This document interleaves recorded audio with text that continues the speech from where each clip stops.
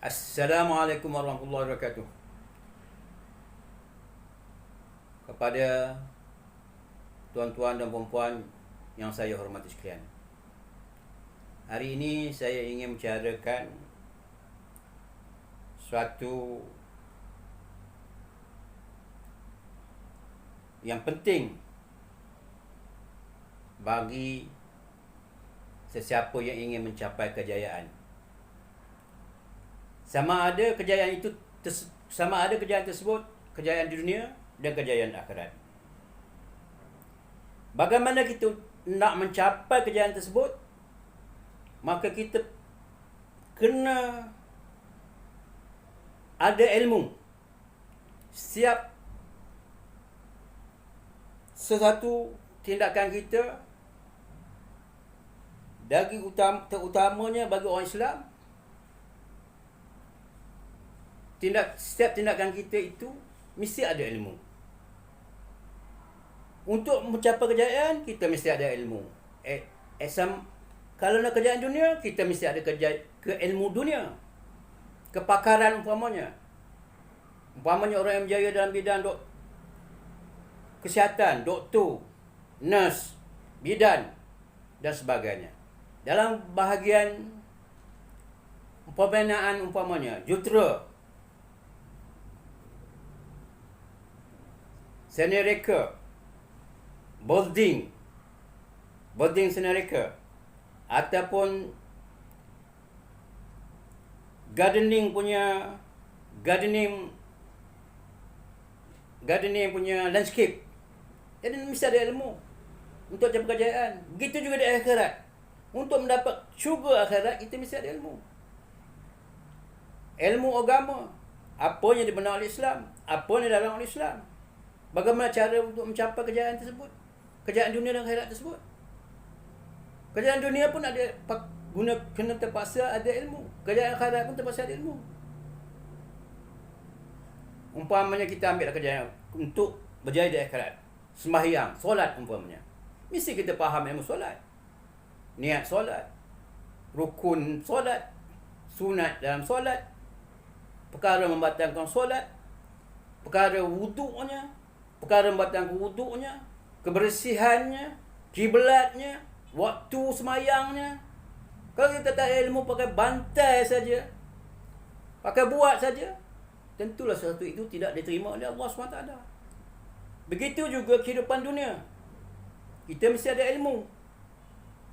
Kalau tidak ada ilmu, macam mana kita mahu berjaya? Kejayaan tidak akan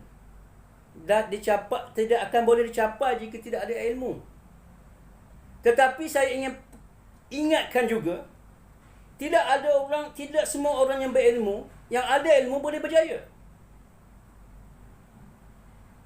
Kerana untuk mencapai kejayaan tersebut, banyak halangan-halangan, ujian-ujian yang terpaksa kita tempuhi dan terpaksa kita hadapi. Sama ada kita tegar, sama ada kita kuat untuk menghadapi, untuk mengatasi, untuk menyelesaikan masalah kita, masalah untuk mencapai kejayaan tersebut. Tapi kalau kita tidak ada ilmu langsung, kita tak tahu, terpinga-pinga, tiada rancangan untuk kita membina asas kejayaan tersebut. Sebab kita tak tahu macam orang kalau orang tidak ada perancangan, tak ada ilmu, dia setakat kehidupan hari-harinya sama. Rutin hariannya sama, dia tak berubah-ubah. Bangun tidur. Umpamanya kalau orang tak bekerja, pergi lepak-lepak, minum-minum, makan-makan. Balik sekejap, buat kerja kebun, tidur. Umpamanya. Rehat, tidur. Bangun balik, tidur, semayang. Solat, makan, tidur. Besok pun macam itu juga. Jadi kita kena ada ilmu untuk menukar situasi tersebut, menukar pemahaman kita tentang sesuatu perkara, atau menukar kita punya cita-cita ataupun untuk mencapai kejayaan.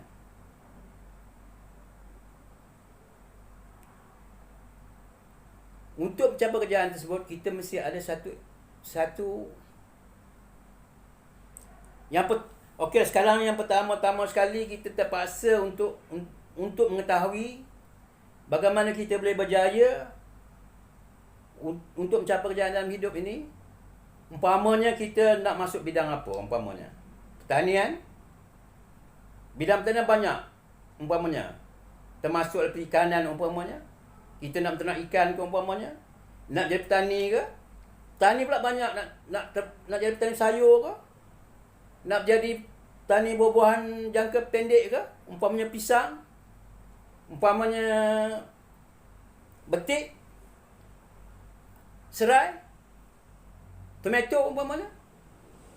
Petani jangka yang kekal, kelapa sawit umpamanya, getah umpamanya.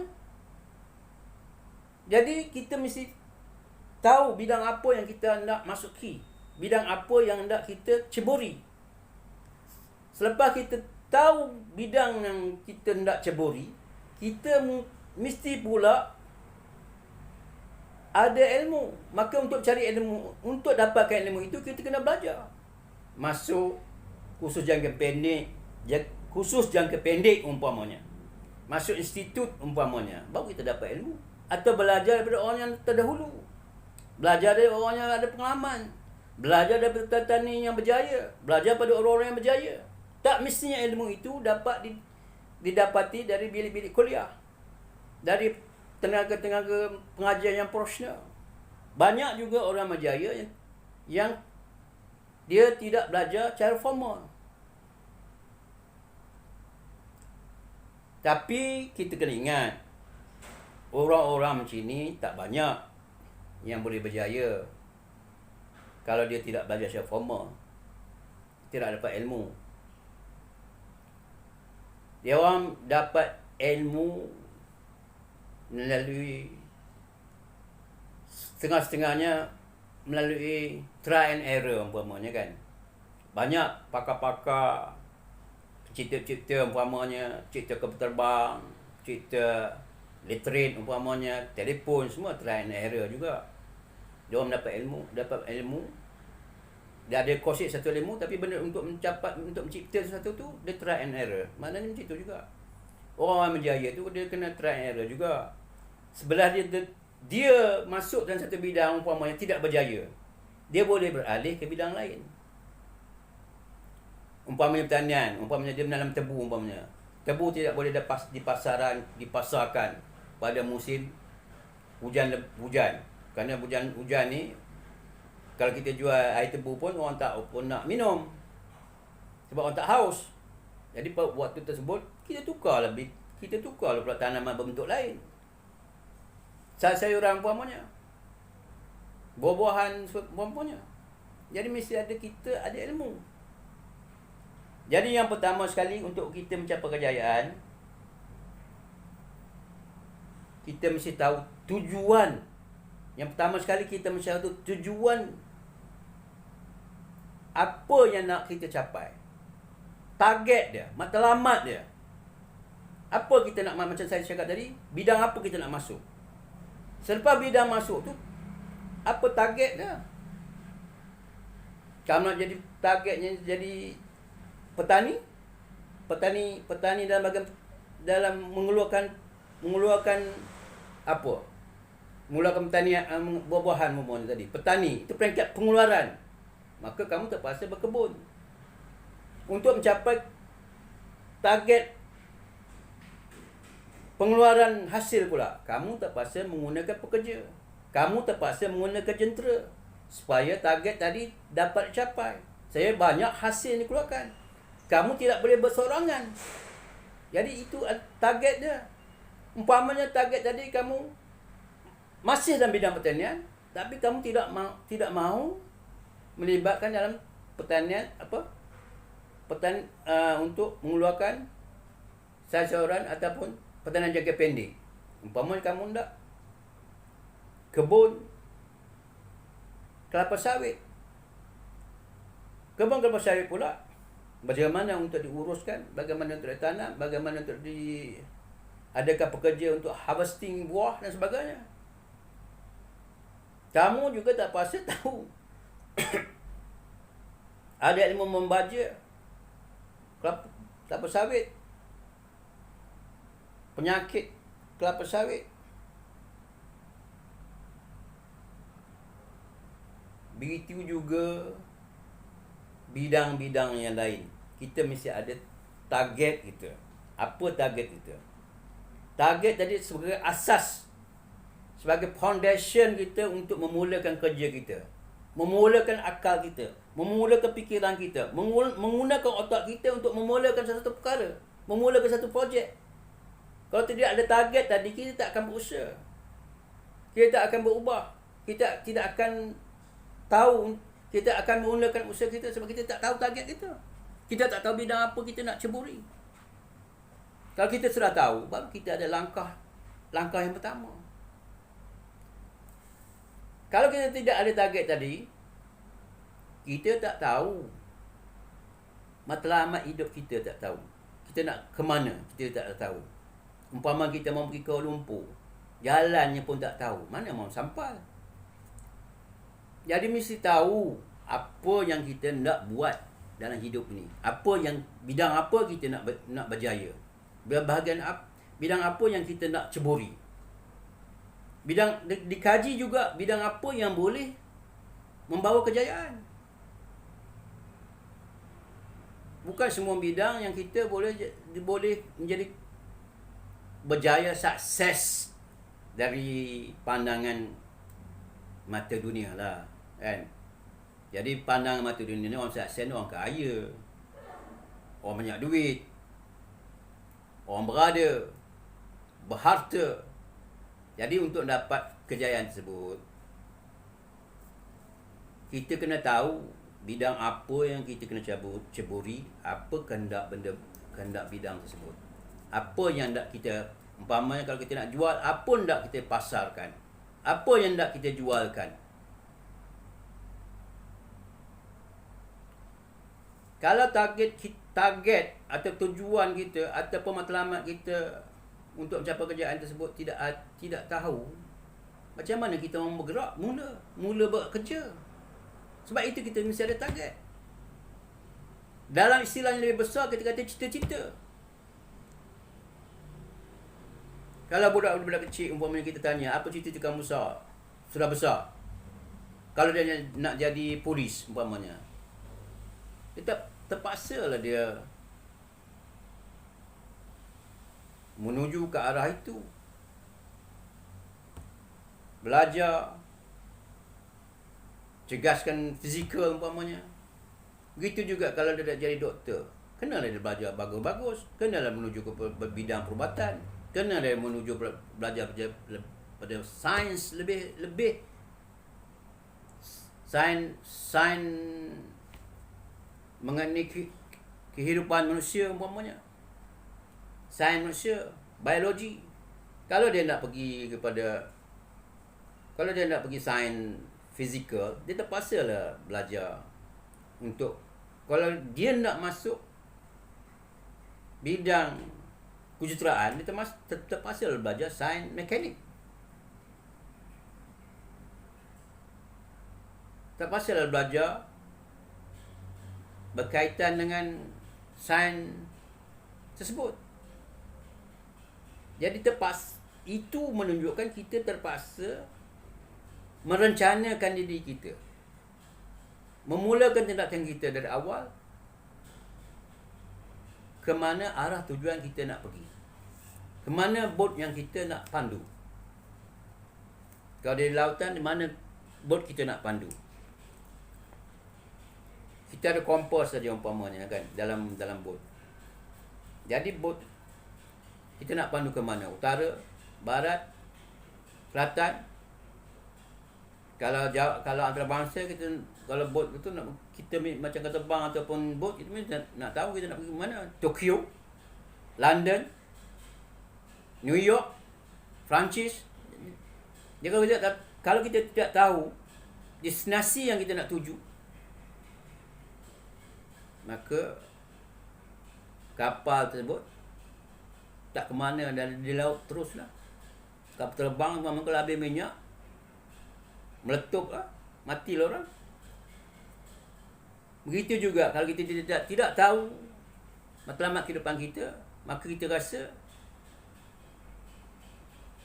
kita tidak akan bergerak ke mana. Tak akan berjaya sebab kita tidak tahu matlamat, tak tahu tujuan hidup kita, tak tahu apa kita nak buat, tak tahu apa kita nak bina, tak tahu kita bidang apa kita nak masuk, bidang apa yang kita nak ceburi supaya membentuk kejayaan.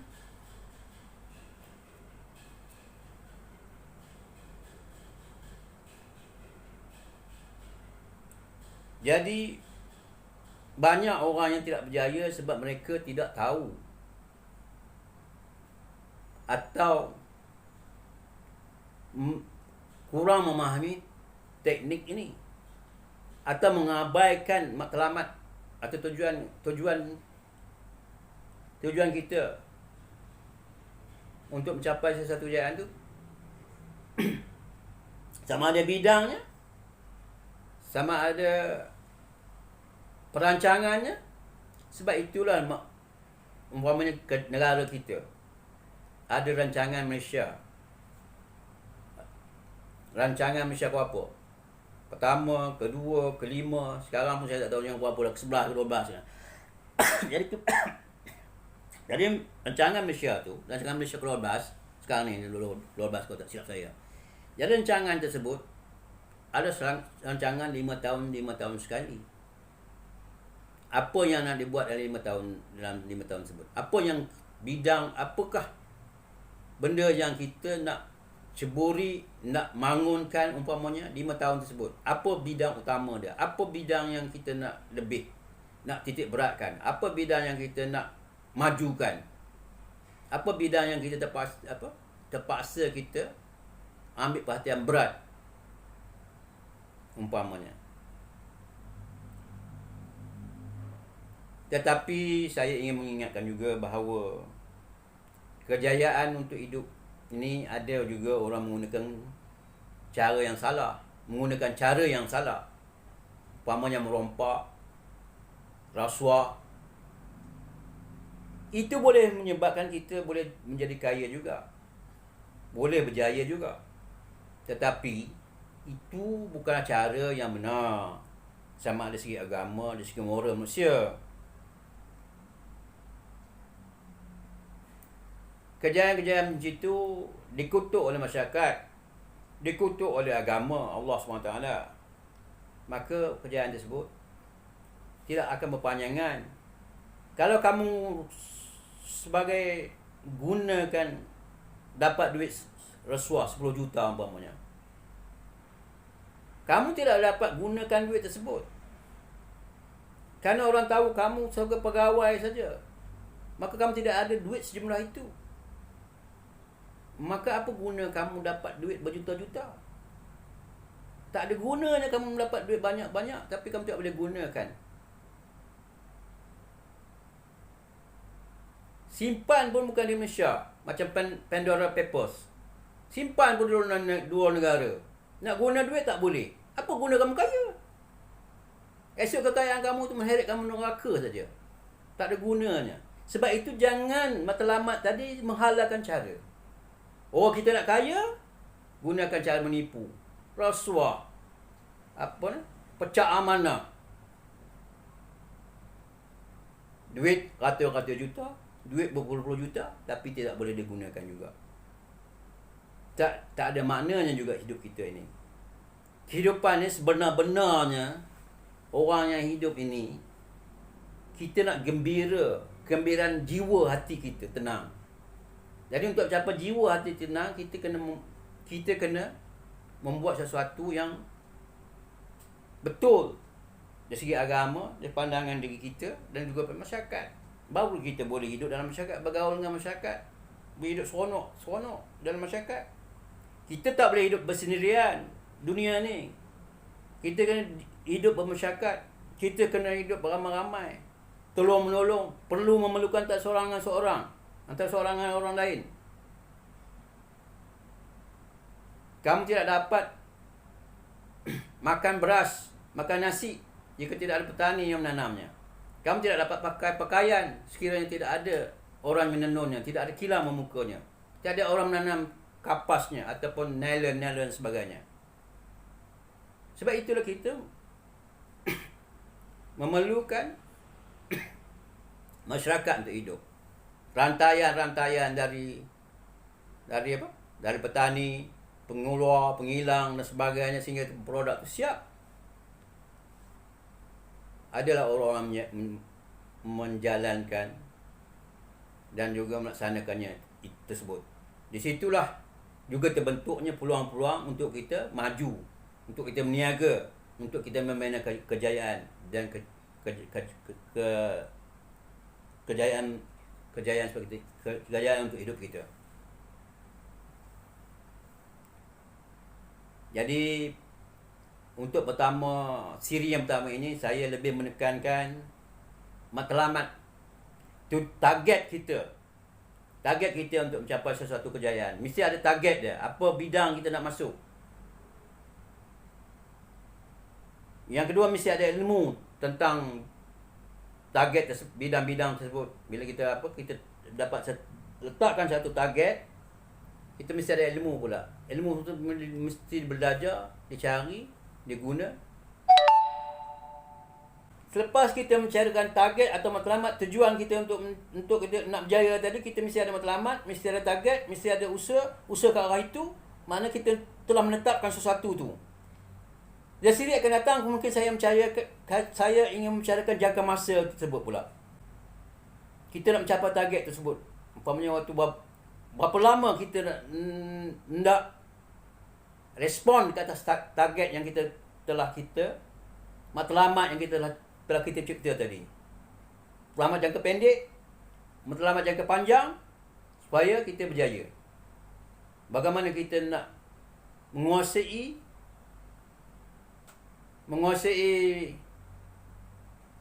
apabila kita menceburi bidang tersebut, macam mana kita nak menguasainya supaya kita dapat capai target tadi dalam masa yang kita